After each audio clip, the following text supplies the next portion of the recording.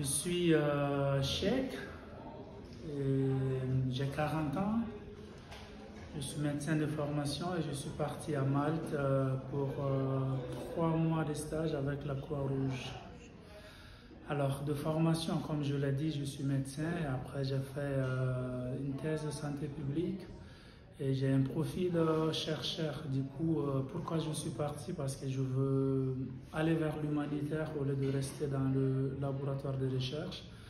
Et pour cela, j'ai choisi la Croix-Rouge parce que c'est une organisation humanitaire qui travaille sur le terrain.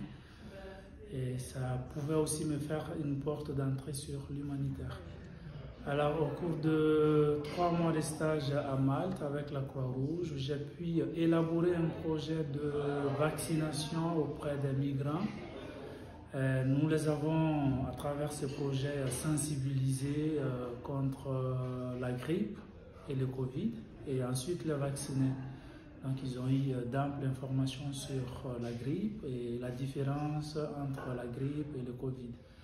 Alors, j'ai découvert d'abord Malte parce que c'était ma première fois d'aller là-bas. Et l'autre chose, c'est que c'était aussi ma première fois d'aller dans un pays anglophone. Et comment arriver à briser la glace quand tu arrives dans un pays anglophone, n'étant pas toi-même anglophone. Donc, j'ai appris à m'adapter au contexte maltais. Et ce que j'ai appris, c'est surtout la compétence linguistique en anglais. Parce que quand je partais, mon anglais n'était pas bon. J'avais peur de me lancer dans les conversations, j'avais peur de faire des fautes. Mais au retour, je suis venu complètement débloqué.